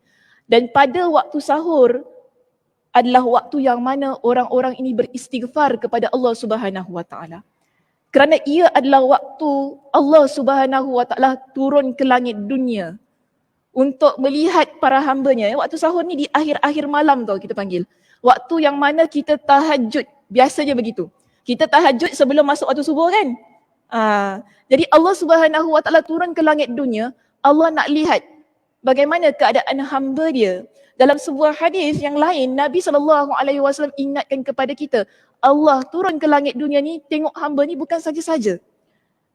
Allah Subhanahu Wa Taala berfirman dalam hadis itu, Allah kata, siapa pada waktu di akhir-akhir malam ini, iaitu waktu sahur ini, bila mereka berdoa kepada aku kabulkan doa mereka. Bila mereka minta kepada aku berikan apa yang mereka minta. Dan jika mereka mohon ampun kepada aku berikan keampunan aku kepada mereka. Itu sebabnya dipanggil sebagai waktu yang penuh dengan keberkatan. Dia bukan semata-mata kita bangun tu nak makan lah orang kata kan. Tapi ada juga kita usahalah ya. Kita jangan kata alah ustazah susah lah, susah semua ni. Kita kalau boleh, kita janganlah jadikan Ramadan kita yang tahun lepas sama macam Ramadan kita tahun ini yang akan datang. Kalau kita boleh jadikan Ramadan tahun ini lebih baik, Alhamdulillah. Orang kata tak banyak sikit pun jadilah. Mungkin kalau Ramadan tahun lepas kita tak bangun qiyam, kan? Kita tak bangun sahur, tu kan? Kita skip sahur. Kita letakkan keazaman tahun ini, kita nak bangun sahur. Kita nak tahajud sebelum kita sahur. Alhamdulillah. Sebab kita kan tak pernah tahu bila lagi kita nak jumpa bulan Ramadan. Betul tak? Kita tak pernah tahu. Mungkin Ramadan ini adalah Ramadan kita yang terakhir. Wallahu a'lam. Sebab itu bila kita ada kemampuan, kita usahakan. Ya, sebelum Allah Subhanahu Wa Taala tarik nikmat tersebut. Okey baik. Seterusnya itu ialah berkenaan dengan melambatkan sahur. Mungkin ada orang tanya, habis Ustaz kalau masuk waktu imsak boleh makan lagi? Boleh. Kita kan ada jadual kan, nanti kan jadual Ramadan biasa siap-siap keluar imsak. Jadual imsak. Boleh, waktu imsak tu sebenarnya diletakkan oleh para ulama sebagai waktu berhati-hati. Untuk memberikan kita satu kehati-hatian lah. Jaga-jaga ni nak masuk ni kan. Tapi masih lagi boleh makan? Boleh. Yang tak boleh makan bila dah masuk waktu subuh. Okay, jelas Baik, seterusnya kita lihat slide kita di sini, solat tarawih. Dah masuk dah solat tarawih ni. Bila start solat tarawih kita? Hari Minggu malam. Sabtu ke Minggu? Sabtu malam. Oh, belum boleh book Besok. Besok book Book. Gufran mesti penuh yang muslimah kita ni. Mak Isa penat, Mak Isa nanti. Mana Mak Isa? Saya tak nampak dia. Dah balik ke? Dah balik Penat nanti muslimah kita yang kat sini. Ustazah Fakhrunisa pun penat lah dia. Kena stay malam-malam. Tak pasal-pasal. Penat nak jaga muslimah sebab dah dibuka kan semua masjid ni ruang untuk solat wanita. Tak apa, kita usahakan, tapi kalau tak dapat kita solat di rumah saja. Di sini Aisyah radhiyallahu anha sebutkan tentang bagaimana solat tarawih Nabi sallallahu alaihi wasallam. Hadis ini Aisyah kata nak start daripada mana hadis ni? An Abi Salamah bin Abdurrahman annahu akhbarahu annahu sa'ala Aisyah radhiyallahu anha. Dari Abu Salamah bin Abdurrahman bahawa dia mengkabarkan kepadanya bahawa dia pernah bertanya kepada Aisyah radhiyallahu anha tentang cara solat Rasulullah sallallahu alaihi wasallam di bulan Ramadan. Jadi dalam bulan Ramadan ni dia tanya Aisyah macam mana Nabi SAW solat.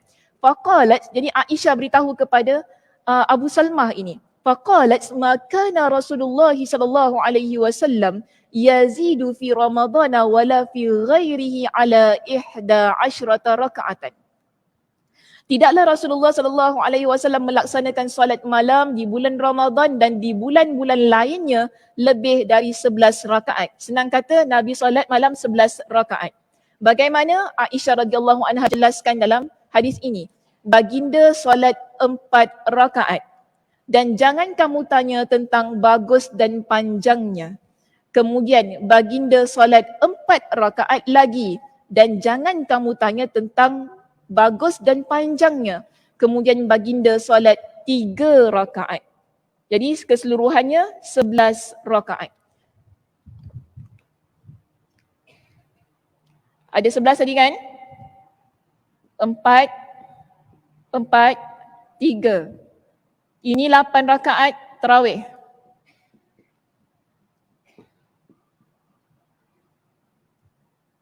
Tiga rakaat yang akhir ini adalah witir.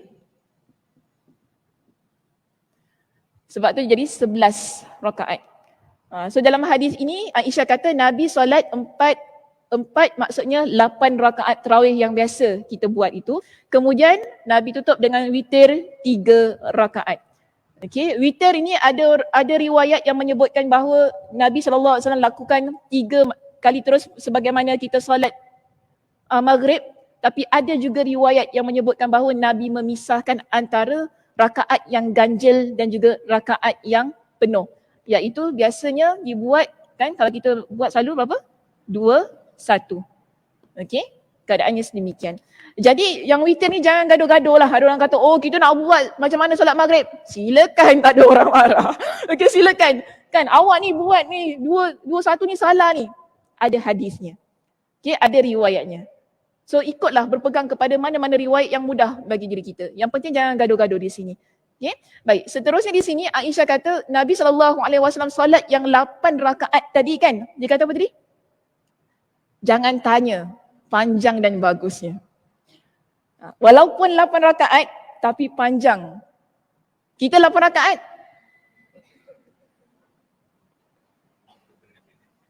Kita 8 rakaat, tak payah cerita lah Sasa 8 rakaat kita. Kita keluar Allahu Ahad je Sasa. Macam tu kan. Kul a'udzu binnas Allahu Ahad. Sampai 8 rakaat. Settle lah aku malam di tarawih kau. Relax lah. Malam boleh masak dah untuk sahur nanti kan. Tak apalah. Okay, tak apa. Yang penting buat. Okay, yang penting buat. Sekejap ke, lama ke, nak baca Yasin ke, Baqarah ke, nak baca An-Nas ke, 3 kul ke, bacalah. Kan yang penting kita buat solat tarawih ini. Sebab apa? Bulan-bulan lain tak ada solat tarawih. Betul tak? Ada. Bulan Syakban solat tarawih. Jangan buat, saya tak ajar. Mazhab mana pula? Saya solat tarawih Ustazah hari ni. Ni bulan Ramadan ke? Pelik kita dengar ucapan tu kan. Maknanya di sini kita nak kejarkan apa yang tidak ada pada bulan-bulan yang lain. Ya, antaranya solat tarawih kita tadi. Jadi ikut kepada kemampuan masing-masing. Mungkin ada orang dia kata, boleh tak Ustazah kita nak buat lebih daripada 8 rakaat? Boleh sahaja, dipersilakan. Kerana ada hadis Nabi kata apa? Solat malam itu masna-masna. 2 kali ikut mana? Berapa panjang kalian nak buat? Ada hadisnya. Jadi mungkin ada orang dia nak buat sampai 20 rakaat. 20 rakaat. 23 rakaat. 3 tu masuk dengan witir sekali lah. Okay, witir ini ada hadis Nabi SAW yang Nabi kata apa? Witir dia boleh buat 1 rakaat. Boleh buat 5 rakaat. Yang penting dia ganjil. Jadi kalau kita memilih, tak apa Ustazah, saya dah buat 8 rakaat. Witir 1 rakaat sudahlah Ustazah, tak payah lebih-lebih. Persilakan. Tidak ada paksaan ya. Nak buat berapa, nak rasa mana okey, ikut kepada kemampuan masing-masing. Sebab saya tak nak letakkan sesuatu hukum yang memaksa muslimah-muslimah ni beribadah. Nanti tak, daripada nak ibadah tak ibadah terus. Itu kita nak semikian. Yang penting buat. Yang penting laksanakan ibadah ini. Okey, selesai kita tentang perbincangan hadis kita di sini. Seterusnya kita lihat di situ membaca Al-Quran. Okey, ini pun biasa jugalah ya. Yang cantik di sini saya datangkan tentang bagaimana Aisyah radhiyallahu anha ketika di bulan Ramadan dia membaca Al-Quran. Imam Ibn Rajab Al-Hanbali dalam kitabnya Lataiful Ma'arif, dia menyebutkan bahawa Aisyah radhiyallahu anha biasanya Aisyah ni baca Al-Quran di awal pagi Ramadan. Okay, di awal pagi. Dan tidur ketika terbit matahari. Aisyah baca awal pagi. Awal pagi ni kita kata waktu-waktu tahajud tu lah. Bukan lepas subuh. Okay. Bukan lepas subuh. Awal-awal tahajud tu lah. Kan? Waktu-waktu sahur tu. Itu dipanggil sebagai awal pagi. Yelah kita pagi kira daripada pukul berapa? 12 kan? Tak, 1. Pukul 1 pagi kan? Kita kira gitu kan? Betul tak? Kenapa semua orang tengok saya gini je? Kenapa? Salah ke saya cakap? Kita kata 1 pagi betul tak? Itu awal pagi, betul? Jadi Aisyah radhiyallahu anha, dia mulakan bacaan Al-Quran ketika waktu pagi itulah. Awal pagi yang kalau kita ikut time kita, bermakna waktu kita nak bangun tahajud tu, senanglah ambil semikian. Okay? Semikian. Jadi kita lihat di sini, hal ini berdasarkan dari contoh dan rutin kehidupan Nabi SAW di bulan Ramadan. Bulan Ramadan, Ibn Abbas diceritakan, Nabi adalah orang yang paling pemurah, paling dermawan, lebih-lebih lagi terserlah kedermawanannya pada bulan Ramadan. Ketika malaikat Jibril datang menemuinya, Jibril bertemunya pada setiap malam pada bulan Ramadan, maka dipelajarinya Al-Quran. Itu saling bertadarus. Nabi SAW khatamkan Al-Quran, baca Al-Quran dengan malaikat Jibril. Okay, malaikat Jibril baca, dengar. Ini maknanya tadarus. Tadarus ni ialah kita baca, yang pihak satu lagi dengar. Pihak satu lagi baca, kita dengar. Itu namanya tadarus. Kalau lihat pada penggunaan bahasanya, fayudarisu. Saling mempelajari. Maknanya bukan satu pihak sahaja. Tapi kedua belah pihak saling membaca di sini. Ini yang biasa kita amalkanlah muslimah-muslimah kita. Tahu ni Masjid Ghufran ada tadarus? Ada? Kak Nisa ada book ke? Ada, okey. Tak tahulah ya. Kalau ada? Apa? Zoom. Oh, Zoom. Boleh juga jadi ya gitu. Oh, bukan dekat masjid lah. Bukan. Tak apalah, mana-mana kan. Yang penting ada. Nak buat sendiri pun boleh. Cuma biasalah kadang-kadang kita rasa kalau kita seorang-seorang ni tak kuat. Ya, tak kuat lah seorang-seorang kan, nanti tidur. Kalau ada kawan-kawan tu dia kuat semangat dia. Tengok kawan, cing mata kawan tu sengit ke apa, boleh ketawakan sikit. Macam tu kan. Kawan baca salah boleh, Kiki salah kau baca. Bacalah baca betul. Dia kata ada hiburan di situ. Yang nak kata nak ngantuk pun tak ngantuk sebab tengok keletah kawan-kawan kita kan. Ada yang baca Quran macam baca marhaban. Macam-macam gaya lah. Ada yang baca Quran macam straight aja kan. Dan kita tengok macam-macam gaya kawan-kawan kita ni baca kan. Maknanya dia ada side ni lah, side track tu kan, yang buat kita boleh duduk kat situ. Tapi Alhamdulillah, kalau kita dapat khatam Al-Quran di bulan Ramadan, ia adalah satu perkara yang biasa dilakukan di kalangan para sahabat. Nabi SAW juga lakukan sebagaimana hadis ini. Di kalangan ummahatul mukminin kita, isteri Nabi SAW, di kalangan para sahabat, semuanya lah. Di kalangan para ulama, ada di kalangan sahabat Nabi yang mana satu hari khatam tau. Satu hari khatam sekali. Kita boleh? Tak boleh. Tengok drama itu 1 jam saja. Drama Ramadan. Gitu kan. Saja drama Ramadan pukul 7 nanti saya terlepas macam mana. Gitu kan. Nak baca Quran ni kan. Itulah kita ni. Tapi di kalangan sahabat Nabi, ada yang khatam Al-Quran 1 hari sekali. Masya Allah. Ada yang khatam Al-Quran 3 hari sekali. Lepas tu dia start lagi. Khatam lagi 3 kali. Sepanjang Ramadannya begitu. Kita sebulan sekali tu pun berdengik Ustazah. Yang tahun lepas nak sambung pun tak sambung-sambung lagi. Gitu kita ni. Yang tahun lepas tu dah stop tengah-tengah tu kan. Yelah dah baca-baca tak semangat. Tiba-tiba uzur. Lepas uzur tu dah stop dah. Dah tu nak raya sibuk pula kita kan. Tak. Dah pergi Geylang. Bazar nak buka ni. Dah pergi Geylang. Dah tengok lampu laklip. Hilang semua semangat nak baca Quran tu. Dah tak apalah, tahun depan je lah sambung. Nak sambung bila tu? Tak tahu. Tapi yang penting kita kata, kalau kita tak dapat khatamkan pun tak menjadi masalah. Ya, tak masalah. Yang penting baca. Melazimi pembacaan Al-Quran tu. 1 hari 1 muka surat pun okey lah. Jangan 1 hari 1 ayat lah, sikit sangat lah. Tapi kalau nak juga 1 hari 1 ayat tak apalah, buat je. Saudara tak kuasa dah. Buat je lah, tak apa. Yang penting buat. Kan alif lam mim. Susah dah 1 ayat susah. Senang. Yasin. 1 ayat dah. Cik satu ayat dia. Ustazah kata satu ayat pun okey. Malah cik ni nak diskaun dia baca Quran. Ingatkan baju je nak diskaun. Macam Quran pun nak diskaun juga. Tak apalah. Okey sahaja. Ya, kerana apa kita lihat begini. Bulan Ramadan ini adalah bulan yang mana Allah Subhanahu Wa Taala turunkan Al-Quran. Allah turunkan Al-Quran syahrul Ramadan allazi unzila fihi Al-Quran.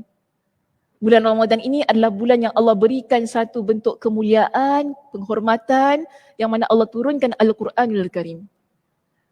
Tidak di bulan lain. Allah tak turunkan Al-Quran ini pada bulan Sya'ban. Okey, tapi Allah turunkan wahyu yang pertama, surah Al-Alaq itu. Peristiwa penurunan wahyu yang pertama berlaku pada bulan Ramadan. Jangan lupa tentang itu. Surah Al-Alaq yang malaikat turun tu, yang malaikat suruh Nabi Iqra, itu berlaku pada bulan Ramadan. Sebab itu dalam Al-Quran Allah kata, bulan Ramadan ini kami turunkan Al-Quran. Syahrul Ramadan allazi unzila fihi Al-Quran hudal linnas, sebagai petunjuk kepada manusia. Maknanya bukan saja-saja Al-Quran ini diturunkan. Jadi kita ambil peluang sekali lagi kan, sebagaimana tarawih tadi kita sebab gini, kalau dengan tarawih itu dia boleh menggiatkan kita untuk solat malam, jadikan Ramadan kali ini sebagai peluang untuk kita melazimi pembacaan Al-Quran kita. Kalau dulu kita tak pernah start ke apa kan, ataupun kita tak pernah pun baca Al-Quran satu hari sekali ke apa kan, kita mula dengan bulan Ramadan. Mudah-mudahan dah 30 hari tu kita biasa tu kan, tapi orang perempuan ada cuti ya, tak apa. 30 hari tu kita biasa tu kan, insya-Allah. Masuk Syawal, Syawal tak boleh hari raya Ustazah. Sibuk kita nak ziarah. Sekarang dah boleh pergi ziarah. Belum tentu lagi, jangan syok sangat. Jangan confident sangat ya kita ni kan, kita tak tahu lagi. Mudah-mudahan. Ya, mudah-mudahan boleh. Kalau boleh alhamdulillah lah. Tapi janganlah kita sibuk berziarah, sibuk makan kuih raya, rendang semua kan. Al-Quran pun hilang. Jangan begitu. Okey? Baik, seterusnya memperbanyakkan sedekah. Hadisnya sama sebagaimana hadis yang tadi ya. Cuma saya tetap letakkan juga. Dan di sini saya datangkan Zainab binti Jahsh, isteri Nabi SAW yang lain selain daripada Aisyah radhiyallahu anha, yang dikenali sebagai antara isteri Nabi yang banyak bersedekah. Jadi di bulan Ramadan, Nabi SAW pada bulan-bulan yang sebelumnya, Nabi ni di kalangan insan yang paling dermawan. Bila masuk bulan Ramadan, semakin giat kedermawanan ataupun semakin hebat lagi Nabi SAW bersedekah. Sedekah ini dia menghapuskan dosa-dosa kita. Sebab itu Nabi SAW ingatkan kepada kaum wanita. Pada satu khutbah hari raya yang Nabi SAW sampaikan kepada kaum wanita. Dulu tak ada speaker. Nabi kena jalan pergi tempat kaum wanita solat. Setelah Nabi memberikan khutbah, berikan tausiah ataupun mauizah nasihat kepada jemaah lelaki, Nabi jalan bersama dengan Bilal dan juga sahabat-sahabat Nabi yang lain pergi pada kawasan wanita ni. Nabi nasihatkan kepada para wanita. Ya ma'syaran nisa tasaddaqna. Hadis riwayat Muslim. Wahai kaum wanita, bersedekahlah kalian. Wa akthirnal istighfar, dan memperbanyakkanlah istighfar. Itu je khutbah Nabi. Pendek khutbah kita berjela-jela sampai ngantuk tidur. Itu pun dah tengok pendek. Nabi khutbah ringkas. 2 je yang Nabi nasihatkan kepada kaum wanita pada waktu itu. Banyakkan sedekah, banyakkan istighfar. Dan khutbah Nabi pada waktu itu ada seorang wanita ni, dia bangun. Dia tanya kepada Nabi, kenapa? Kenapa kita ni, sebelum tu Nabi ada sebutkan kenapa kalian ni perlu banyak sedekah, perlu banyak beristighfar. Nabi sebut, Nabi kata apa? Fa inni uritukunna akthar min ahlin nar. Kerana aku diperlihatkan kepada aku, kalian ini wanita ramai dalam api neraka. Relax jangan marah. Nanti ada wanita marah pula. Kita je dalam api neraka, orang lelaki tak masuk neraka. Nanti kan marah pula muslimah-muslimah ni. Jadi Nabi kata apa? Perbanyakkan sedekah, perbanyakkan istighfar kerana aku melihat kalian ramai dalam api neraka. Jadi di kalangan wanita-wanita ini ada seseorang yang bangun. Bila dia bangun, dia tanya kepada Nabi, wahai Rasulullah, kenapa kami ni orang perempuan ni, ni orang perempuan tak puas hati kan? Oh, kita pun tak puas hati. Asal pula kita masuk neraka? Kan? Orang dah siapkan makan dia, makan minum semua masuk neraka pula. Ni tak boleh puas hati ni. Zaman Nabi pun gitu orang perempuan dia. Bukan zaman kita je kan? Sama, zaman Nabi pun gitu. Perempuan ni tanya kepada Nabi, kenapa kami di kalangan wanita yang paling ramai dalam api neraka? Dia tak puas hati, dia tanya. Nabi kata, dua Nabi sebut. Kerana kalian yang wanita tuksirnal la'na wa takfurnal ashir. Dua ni. Okay, hati-hati kita orang perempuan. Satu, banyak melaknat. Maknanya mulut tak reti jaga.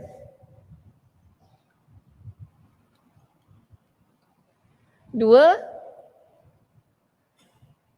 mengkufuri pemberian suami.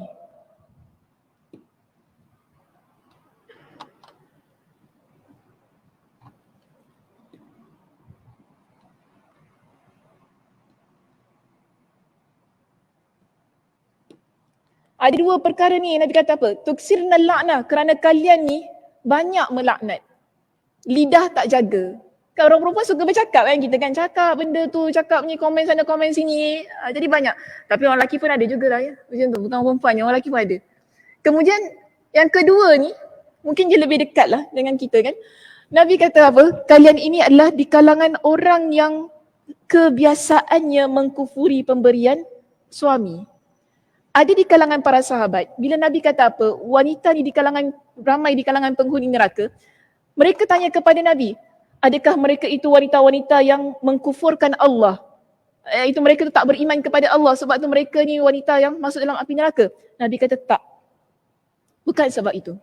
Tapi kerana mereka adalah wanita yang mengkufuri pemberian suaminya dan mengkufuri keihsanan, kebaikan orang lain.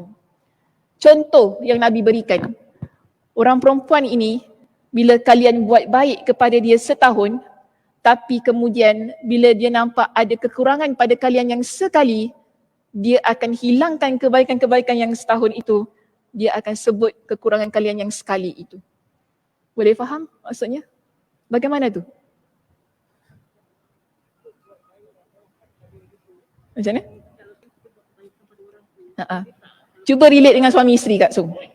Ketawa pula dia. Cuba kita relate dengan suami isteri. Suami kita, saya kata suami kita dah keluarkan banyak belanja dah ni untuk kita. Satu hari kita minta suami kita beli beg LV. Tak agak-agak contoh. Kita minta suami kita beli beg LV. Mahal tau beg tu jangan main Mahal. Suami kita kata, "Yang, sorry lah yang, I tak cukup duit lah nak beli." Kita pun mengamuk, kata, "You ni pelokek lah, tak hidung masin lah. Selama ni tak ada satu benda pun you belikan I." Habis dah tu selama ni beli apa? Fikir tak? Ini maksud Nabi. Kita keluarkan ucapan yang menyakitkan suami kita tu tadi. Okay? Jadi hati-hati ya kita wanita yang bersuami, yang ada suami lah. Berhati-hati. Jangan ucapkan perkataan-perkataan yang boleh menyakitkan suami tu. Yang mana menafikan kebaikan dia sebagai seorang suami. Actually it's apply to, cakap orang putih lah. Sebenarnya dia sama jugalah ya pada ni. Suami juga sama. Suami pun tidak boleh menafikan kebaikan-kebaikan isteri. Kan? Isteri banyak melakukan kebaikan, tak bolehlah kerana satu kekurangan kita menafikan kebaikan dia yang dah dia buat selama bertahun-tahun nikah dengan kita. Suami dan isteri perlu ingat tentang hal itu. Cuma di sini kita lihat pada perspektif yang positif kita orang perempuan. Kenapa Nabi kata tentang ramainya wanita tu tadi dalam api neraka, lalu Nabi SAW sebutkan tentang dua dosa ini. Kita, kalau kita dah tahu begitu, kita janganlah jadi macam tu. Kan? Itu sebenarnya. Mudah je saya nak faham hadis ni. Kita jangan jadi sebagaimana wanita yang Nabi sebutkan tu tadi. Kita kejarlah jadi wanita ahli syurga. Maknanya kita jangan jadi wanita yang mengkufuri pemberian suami. Jangan jadi wanita yang tak reti nak jaga lidahnya. Kita jaga lidah kita ini sedemikian mudah, simple. Jangan jadikan isu, ni hadis ni bias gender. Kan? Orang lelaki tak banyak masuk, siapa kata lelaki tak masuk neraka? Kita jangan lupa muslimah. Bila Nabi sebut wanita ramai di kalangan ahli neraka, tapi wanita juga ramai di kalangan ahli syurga. Siapa? InsyaAllah kita semua. Begitulah keadaannya, ya. Jangan kata, oh lah kita semua masuk neraka, kita masuk neraka. Jangan fikir sedemikian. Sebab tu saya kata lihat daripada sudut yang positif. Ia untuk mendidik kita ni wanita menjadi muslimah yang lebih baik. Banyak bersedekah, kan? Banyak beristighfar kepada Allah. Kerana bersedekah dan beristighfar ini adalah cara kita untuk masuk dalam syurga Allah Subhanahu Wa Taala. Jadi kalau dalam bulan Ramadan, kita hebatkan lagi sedekah kita. Kalau dulu lah dulu sebelum Ramadan dah sedekah dah, alhamdulillah. Ya, sekarang ni nak masuk bulan Ramadan, kita hebatkan lagi sedekah kita. Baik, seterusnya kita lihat berakhlak mulia. Di sini Nabi SAW ada menyebutkan tentang orang yang mana dia berpuasa tetapi puasanya tidak memberikan apa-apa kepada diri dia. Iaitu bila dia hanya puasa dalam keadaan yang lapar dan dahaga saja. Dan Aisyah radhiyallahu anha ada menyebutkan bahawa akhlak Nabi ini adalah Al-Quran. Bila kita kata akhlak Nabi adalah akhlak Al-Quran, akhlaknya begitu baik sekali. Akhlak yang Masya Allah Tabarakallah. Apa yang Al-Quran sebutkan tentang perilaku mulia, itulah yang ada pada diri Nabi SAW. Yang Allah kata tinggalkan, itulah Nabi tinggalkan. Cantik akhlak Nabi. Dan di sini, Nabi SAW dengan kemuliaan akhlak yang memang sudah terhias pada diri Nabi SAW itu, Nabi ingatkan kepada kita, bila dalam keadaan puasa, pastikan akhlak itu ada pada diri kita. Antaranya, Nabi sebutkan di sini, man lam yada' qawla zuri wala amala bihi. Siapa yang tidak meninggalkan perkataan dusta dan beramal dengannya, maka Allah tidak memerlukan puasanya. Sekalipun dia meninggalkan makan dan minum. Maknanya puasa itu hanya sekadar lapar dan dahaga. Puasanya tidak memberikan pahala pada diri dia. Puasa yang sia-sia. Dalam hadis yang lain, antaranya hadis riwayat Imam Muslim dan juga Imam Abu Daud, Nabi ada ingatkan kepada kita, kalau kita ni dalam keadaan yang berpuasa, jangan sebut perkataan yang keji. Fala yarfuth wala yajhal. Jangan buat hal-hal yang tidak baik. Maknanya lidahnya tu jaga. Tindakannya, bila Nabi kata yajhal, tindakan kita jaga. Akhlak kita, perilaku kita jaga. Sebab apa? Kita dalam keadaan yang berpuasa. Itu kita tahu, kita jaga diri kita. Tapi bagaimana? Kalau kita yang dah sedia jaga ni kan, diri kita, di bulan Ramadan ni, ataupun ketika dalam keadaan berpuasa tu, dah bagus lah. Jaga lidah, tak nak cakap bohong, tak nak cakap benda-benda yang tak baik lain semua. Kita tinggalkan mengumpat, semua tinggalkan. Jaga akhlak kita kan, lebih tenang dalam keadaan berpuasa. Tapi bagaimana kalau ada orang yang cari masalah dengan kita? Dia bukan daripada diri kita tau, tapi daripada orang lain. Nabi kata, kalau ada orang yang mana dia itu ajak kamu bergaduh. Orang itu yang dia cela kamu. Kita tak cela dia sebab kita jaga lidah tadi kan. Orang itu yang cela kita. Bagaimana? Nabi kata, katakanlah sesungguhnya aku berpuasa. Inni sha'im. Aku puasa. Tak nak gaduh-gaduh. Kau nak gaduh, kau gaduh seorang. Kau nak gaduh, kau gaduh seorang.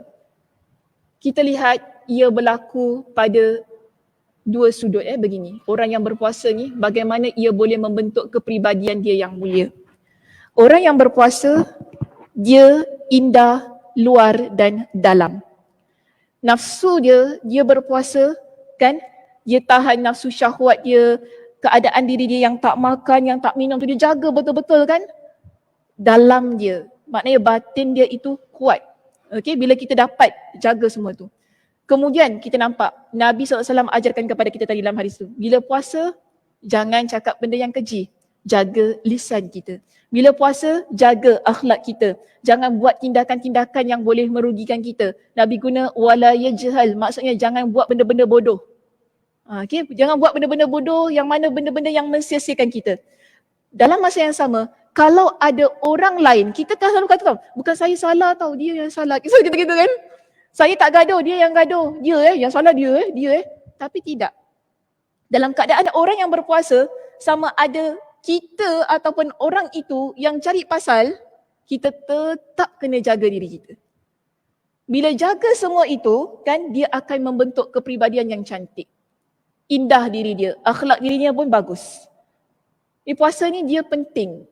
Ini kita panggil saya keutamaan orang yang berpuasa.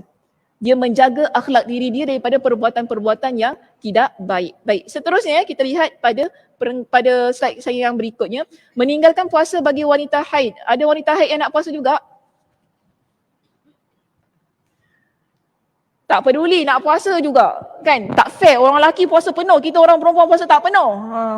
Ada orang tanya saya, Ustazah, kenapa kita orang perempuan tak boleh puasa? Kalau gitu tak fair lah agama ni. Tak adil tau agama ni. Orang lelaki penuh puasa. Kita orang perempuan sikit-sikit je puasa. Padahal Ramadan kan datang setahun sekali. Orang tak boleh puasa penuh. Puasa penuh lah. Allah dah bagi cuti tu cuti lah. Ya, macam tu kan. Alhamdulillah. Saya nak kata gini lah yang muslimah. Kita kuat tau. Ada orang, kita semua berada pada situasi yang berbeza-beza ketika haid. Itu kalau kena Ustazah Sakinah, kalau kena puasa, saya tak tahu apa jadi dengan saya. Saya kalau datang bulan, saya tak boleh bangun tau, saya kata. Senang saya kata kadang-kadang saya cuti kuliah sebab saya tak boleh bangun. Sakit. Jangan saja saya makan itu makan ini Nanti silap-silap nanti orang mesej macam-macam. Ustazah makanlah jamu ini, makanlah ubat ini, Ustazah makan vitamin ini. Macam-macam vitamin dah. Macam-macam berderet-deret orang bagi. Tak apa, kadang-kadang benda ni keturunan. Okay, dia masalah gitu. So, kita tak sama keadaan kita. Mungkin kita ni dalam keadaan haid, kita kuat. Kita boleh bangun, kita boleh puasa lah orang kata. Tapi ada orang perempuan tak boleh. Dia kena makan, kena minum, kena baring. Tak larat dia. Sebab itu, ini hikmah kita kata Allah berikan kelonggaran kepada wanita. Sebab kita orang perempuan berbeza-beza keadaan dia. Lihat daripada sudut hikmah. Kita tak boleh nak apply diri kita, saya boleh. Kenapa tak boleh puasa pula? Saya boleh puasa, kalau gitu biar saya je lah. Itu awak lah. Itu awak. Beza. Lihat pada hikmah kenapa Allah Subhanahu Wa Taala berikan kepada kita dengan kelonggaran ini. Sebab itu dalam hadis ini ada seorang wanita ini ditanya pada Aisyah. Okey, dia tanya pada Aisyah. Mabalul haidi, nama dia Muazzah wanita ini. Muazzah ini dia tanya pada Aisyah. Mabalul haidi taqdi sawma wala taqdi salah. Kenapa orang perempuan haid mengqada puasa dan tidak mengqada salat? Okey. Aisyah pertama sekali Aisyah tanya dia, aharuriyatun anti? Haruriyah ni maksudnya adakah engkau ni wanita di kalangan mazhab Khawarij? Mazhab Khawarij ni agak ekstrim ya ketika mereka menggunakan dalil.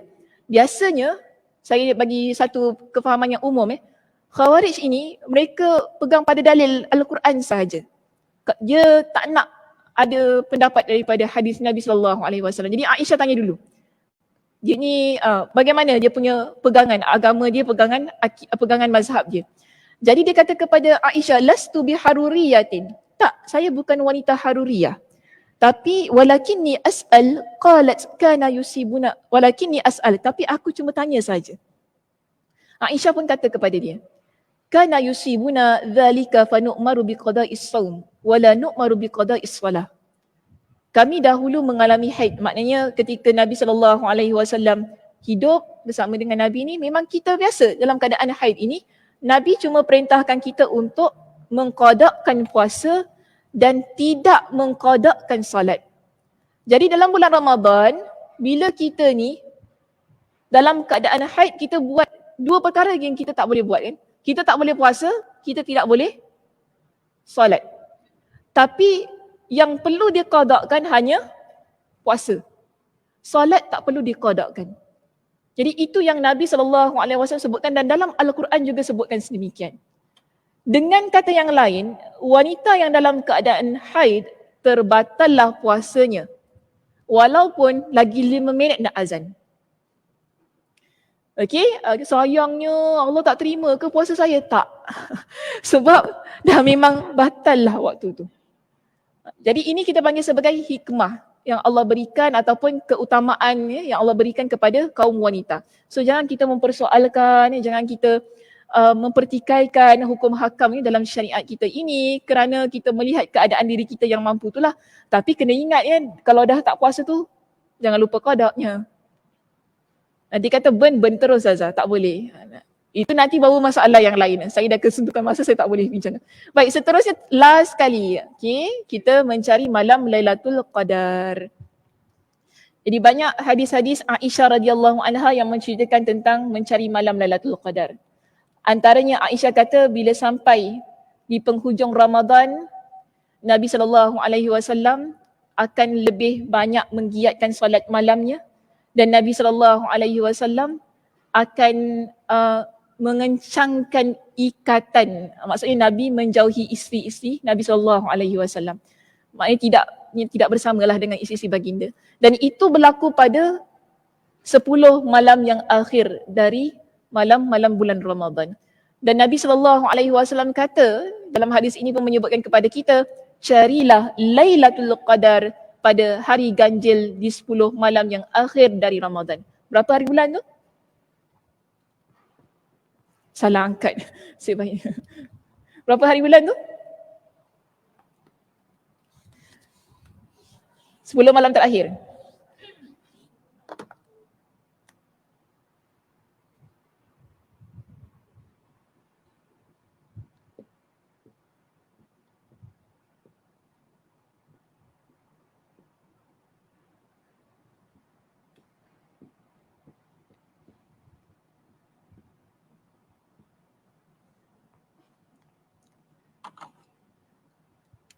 Sepuluh malam yang terakhir, Nabi kata carilah Lailatul Qadar itu pada hari-hari yang ganjil. 21, 23, 25, 27, 29. Ya, ini maksud daripada hadis Nabi SAW itu tadi. Jadi kita mempergiatkan lagi amal ibadah kita. Tadi kan kita dah jadi seorang muslimah yang mana kita solat tarawihnya dengan witir, nak tambah lagi dengan tahajud kita, qiyamul lail kita, banyak baca Al-Quran, masya-Allah. Kita jaga akhlak diri kita ni. Di 10 Ramadan yang terakhir ini, giatkan lagi, mantapkan lagi ia. Sebab kita ni bila kita puasa, dia macam gini muslimah. Kita ni kena ada plan. Mesti orang kata bijak. Bijak kita ni mengatur langkah. Apa pun kita buat, dia mesti ada perancangan. Selalu kita hebat ibadah di awal Ramadan. Dia turun, flat. Rasa gitu kan? Kali ini, cuba flatkan dulu kat depan tu. Bukan saya kata tak amal ibadah langsung tapi sikit-sikit. Okey? Sikit naik. Masuk 15 Ramadan, naik lagi. Okay, masuk malam yang 10 terakhir, naik terus. Dah macam nak beli saham. Tapi actually begitu keadaan dia kita. Kan? Dia ibadah ni. Ini flat maknanya dia tinggal langsung tau maksud saya. Sebab dia dah sibuk nak raya tu. Dia flat tau. Dia tak buat langsung. Tapi kita kata, ni awal-awal kita dah buat dah tu ni. Cuma kita slow sikit. Kita tak buat, bukan tak buat betul, maknanya kita tak sebagaimana 10 Ramadan yang terakhir tu. Sebab apa? Takut dia syahid dekat belakang tu. Dia dah penat. Sebelum Ramadan terakhir tu. Kan dia dah penat. Nak raya lagi, beli cari baju raya, budak-budak lagi. Ya Allah, ya Tuhan, kau tak sempat. Orang kata tak menang tangan kita ni orang perempuan. Jadi, kita mula perlahan-lahan dulu. Maknanya depan ni bolehlah cari baju raya sikit-sikit. Macam tu kan. Ni Ustazah mengajar. Cari baju raya sikit-sikit, nak cari kasut anak ke apa. Pelan-pelan lah sikit-sikit. Dan sampai tengah, Alhamdulillah, relax sikit kan. Langsir pun dah pasang kan. Akhir tengah tu kan, 15 Ramadan. Naik. Sampai akhir tu, kita dah tak ada buat apa-apa. Kita fokus pada amal ibadah kita. Cantik Ramadan ni, begitu. Sebab tu Nabi kata apa? Cari Lailatul Qadar itu di 10 malam yang terakhir bulan Ramadan. Lebih memfokuskan kepada 21, 23, 25, 27 dan 29 sebagai antara malam-malam ganjil yang disebutkan dalam hadis kita tu tadi. Aisyah radhiyallahu anha dia tanya kepada Nabi SAW dalam hadis yang lain. Wahai Rasulullah, jika sekiranya aku mendapatkan Lailatul Qadar ini, ma ad'u, apa yang sepatutnya saya doa? Ini doa yang biasa kita baca ketika di bulan Ramadan. Nabi kata apa? Taqulin. Baca engkau, kamu baca, Allahumma innaka afuwan tuhibbul afwa fa'fu anni. Ya Allah, sesungguhnya engkau itu maha pemaaf, cinta kepada kemaafan, maka maafkanlah aku. Doa yang dibaca ketika seseorang dia rasa dia dapat Lailatul Qadar. Tapi kita baca daripada awal Ramadan kan, tak jadi masalah. Biasa awal Ramadan kita start dah baca. Untuk menjadi satu semangat lah bagi diri kita. Mungkin ada orang tanya, oh Nabi kata doa ni untuk Lailatul Qadar ya Ustaz, tapi bolehkah kita baca? Boleh, tak masalah. Ya, doa yang baik dianjurkan untuk kita banyak baca supaya kita mendapat keampunan Allah Subhanahu Wa Taala.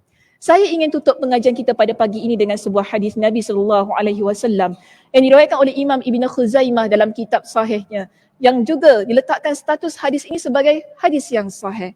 Mungkin biasa saya baca hadis ini, dalam setiap kali kita dalam bulan Ramadan saya akan baca. Kita nak jumpa bulan Ramadan, saya akan ingatkan tentang hadis ini. Iaitu ketika Nabi SAW ada pada satu masa, Nabi ini dia naik ke mimbar. Saya nak naik mimbar ni tapi tak boleh. Nanti hari ini dalam sejarah ada ustazah naik mimbar ya. Okey. Saya kan kalau berbual kan suka tunjukkan macam mana kan. Baik, Nabi SAW naik mimbar ini pada anak tangga yang pertama, Nabi ucapkan amin. Ketika Nabi naik anak tangga yang kedua, Nabi ucapkan sekali lagi amin. Ketika Nabi SAW naikkan kaki baginda pada anak tangga yang ketiga, Nabi SAW ucapkan amin.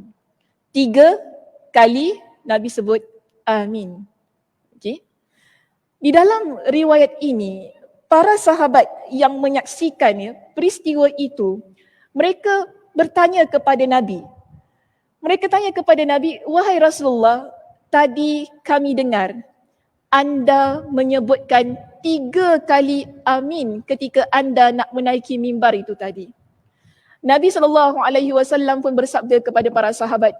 Nabi kata kepada mereka, ketika aku naik tangga mimbar itu tadi, malaikat Jibril datang kepada aku. Malaikat Jibril mengucapkan doa. Doa yang pertama, malaikat ini kata, sesiapa yang mana ketika disebutkan namamu, iaitu Nabi SAW, kemudian dia itu tidak berselawat kepadamu, binasalah orang itu. Faqultu amin. Maka aku aminkan doa malaikat itu. Bila aku naik pada tangga yang kedua itu, malaikat doa sekali lagi. Malaikat kata apa? Binasalah orang yang mana ketika hayat dia, ketika hidup dia, dia mendapati kedua orang tuanya masih hidup. Tetapi sayangnya, keadaan ataupun keberadaan orang tuanya yang masih hidup ini tidak menyebabkan dia menjadi anak yang masuk ke dalam syurga Allah. Lalu aku kata amin. Nabi aminkan doa malaikat tersebut. Anak tangga yang ketiga, Nabi ceritakan dalam hadis ini. Binasalah, celakalah orang yang mana dia mendapatkan bulan Ramadan. Dia hidup dalam bulan Ramadan. Tetapi setelah Ramadan itu pergi, Ramadan itu berlalu, dia menjadi hamba Allah yang tidak diampuni oleh Allah Subhanahu Wa Taala. Faqultu amin. Maka aku aminkan doa malaikat itu. Saya nak ambil bahagian yang ketiga itu tadi. Doa ketiga yang diaminkan oleh Nabi SAW. Kita tak tahu lagi, kita lagi berapa hari ni nak masuk bulan Ramadan. Kita tak pernah tahu ya muslimah. Adakah kita sempat untuk bertemu dengan bulan Ramadan walaupun kita dah excited ni kan? Sampai ada ihya Ramadan, okay? Sampai minggu nak sambut Ramadan ni, tapi kita belum tentu adakah kita akan jumpa satu Ramadan. Kita belum tentu, adakah kalau kita jumpa satu Ramadan kita akan selesai sampai 30 Ramadan? Kita belum tentu. Tak semua orang tahu bagaimana keadaan dan perjalanan kehidupan dia. Tapi yang kita tahu sekarang ini, berdasarkan kepada hadis Nabi SAW yang baru saya bacakan tersebut, kita ingin kejar maghfirah. Kita ingin kejar keampunan Allah Subhanahu Wa Taala dalam bulan Ramadan. Kenapa kita nak jadi seorang muslimah yang mempraktikkan semua amalan yang kita baca tadi? Kita jadi seorang muslimah yang menyegerakan berbuka puasa, melambatkan sahur, solat tarawih, qiyamul lail, baca Al-Quran, jadi muslimah yang berakhlak mulia ketika bulan Ramadan itu nanti, kerana kita nak mengejar keampunan Allah Subhanahu Wa Taala. Jangan jadi muslimah yang sia-sia hidupnya. Saat Allah Subhanahu Wa Taala telah memberikan kepada kita dengan ruang dan peluang untuk bertemu dengan bulan Ramadan. Bermula daripada hari ini, di saat ini, azam kita untuk Ramadan kali ini ialah menjadi seorang muslimah yang mendapat keampunan Allah Subhanahu Wa Taala. Sebab itu kita perlu bermula daripada awal. Kita mulakan rancangan kita daripada awal agar keampunan itu menjadi milik kita sehingga kecelakaan tersebut jauh daripada hidup kita. Wallahu a'lam bishawab. Saya tutup pengajian kita pada pagi ini dengan tasbih kafarah. Subhanakallahumma wa bihamdika asyhadu an la ilaha illa anta astaghfiruka wa atubu ilaik. Assalamualaikum warahmatullahi wabarakatuh.